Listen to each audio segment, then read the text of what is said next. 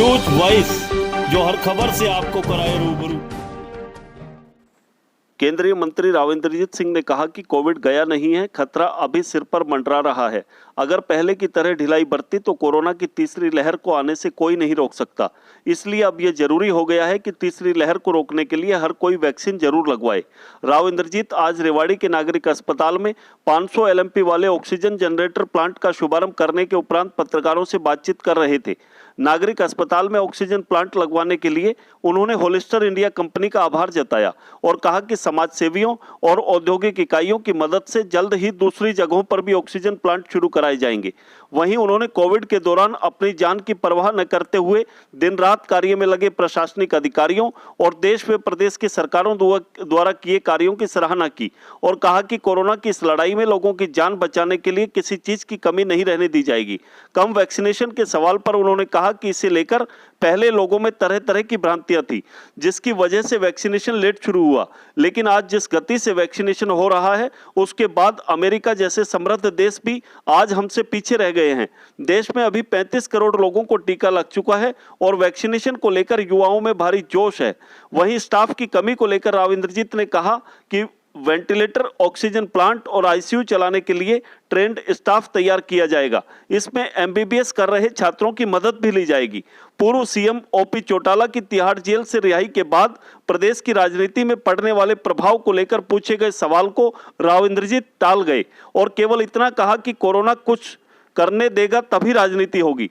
इस दौरान केंद्रीय मंत्री ने इंसाफ मंच द्वारा दी गई एम्बुलेंस को भी हरी झंडी दिखाकर रवाना किया और कहा कि इंसाफ मंच द्वारा किए गए चंदे का सदुपयोग अब कोरोना काल में हो रहा है। इस मौके पर प्रदेश के सहकारिता मंत्री डॉक्टर बनवारी लाल, सामाजिक न्याय एवं अधिकारिता मंत्री OP यादव, विधायक लक्ष्मण यादव सहित तमाम प्रशासनिक अधिकारी और भाजपा जजपा के पदाधिकारी भी मौजूद रहे। रेवाड़ी से न्यूज वॉइस के लिए संजय कौशिक के साथ अजय सागर अत्री की रिपोर्ट। प्लांट तो हमने इसलिए लगवाए हैं कि पिछले संक्रमण के दौरान जिस तरह से मारी ऑक्सीजन की हुई थी, डर सबको लगने लगा है और सरकार की तरफ से उपलब्ध करवाए गए हैं, CSR की तरफ से उपलब्ध कराए गए हैं, कई समाज सेवियों ने भी ये उपलब्ध करवाए हैं। आज रेवाड़ी के अंदर होलिस्टर इंडिया के माध्यम से ये ऑक्सीजन प्लांट लगा है, लेकिन जो बावल रह गया है, नाहड़ रह गया है और ज़िलों के अनेक हेडक्वार्टर्स रह गए हैं, वहाँ पर भी ये योजनाएं लगने लग रही हैं। कुछ भारत सरकार की तरफ से NDRF डिज़ास्टर रिलीफ जो है उसका पैसा है वो उसके माध्यम से लगने जा रहे हैं।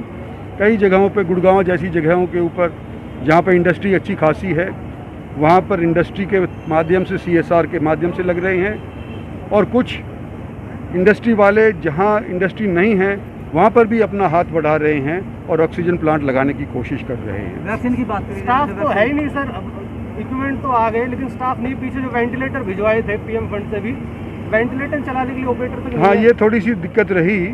नल्लड़ जैसे स्थान के ऊपर भी 13-13, 14-14 वेंटिलेटर पड़े रहे, लेकिन उनके चलाने वाला ट्रेंड बंदा नहीं मिल पाया।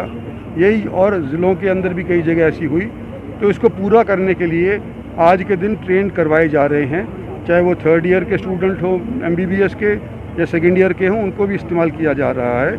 और आने वाले समय भगवान ना करे कि तीसरी वेव आए तो इस तरह की किल्लत ट्रेंड पर्सनल की ऑक्सीजन प्लांट, ICU प्लांट चलाने के लिए शायद ना हो। जब देश की आबादी के हिसाब से बहुत कम वैक्सीन लगी है, क्या कुछ रफ्तार बढ़ाई जाएगी? देखो, हमारे देश के अंदर वैक्सीनेशन की पहले तो लोगों को डर था, भय था। कई तो लोग यूँ कहते हैं कि अगर हम लगवा लेते हैं तो शायद नपुंसक हो जाएंगे, कोई कहता था कि हम बीमार हो जाएंगे, लोग मर जाएंगे। तो हमारे यहाँ वैक्सीनेशन बहुत लेट शुरू हुआ। अमेरिका के अंदर जहाँ लोग न केवल समर्थ हैं लेकिन हमारे से अपने आप को बुद्धिमान ज़्यादा समझते हैं, वहाँ पर भी जब वैक्सीनेशन की तादाद और पूरी उपलब्ध है उनको पास वैक्सीन, वो भी हमारे से कई गुना पीछे पड़े हुए हैं।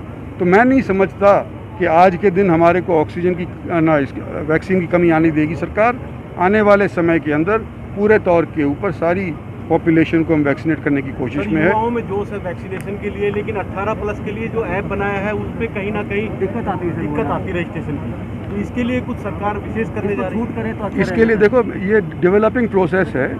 पहले तो उन्होंने सिर्फ फ्रंट लाइन वर्कर्स को, डॉक्टर्स को लगवाए, उसके बाद 60 साल के ऊपर को लगवाए, फिर 45 साल के ऊपर को लगवाए, अब 18 से और 45 साल के लोगों को लगवाने लग रहे हैं, उसके बाद बच्चों को लगवाने शुरू करेंगे।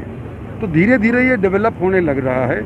आज सबसे ज़्यादा संख्या है वो हमारी 18 से 45 साल वाले के लोगों की है, और हम यूँ नहीं कह रहे कि हमारे पास इतनी ज़्यादा मात्रा के अंदर वैक्सीन्स हैं। हाँ, किसी भी मुल्क चाहे कितना ही समृद्ध हो, इस तरह का संक्रमण कहीं पर भी हो रहा है तो उनके काबू में नहीं आ रहा है। हमने तो 2 महीने में काबू कर लिया, अमेरिका में काबू नहीं आ रहा, इंग्लैंड में काबू नहीं आ रहा, रशिया में नहीं काबू आ रहा, इजराइल छोटी सी पॉपुलेशन सब वैक्सीनेट हो गए, वहाँ पे भी काबू में नहीं आ रहा वैक्सीनेशन के बावजूद। तो मैं समझता हूँ हमारे मुल्क की जनता ने और हमारी एडमिनिस्ट्रेशन ने अच्छा काम किया है।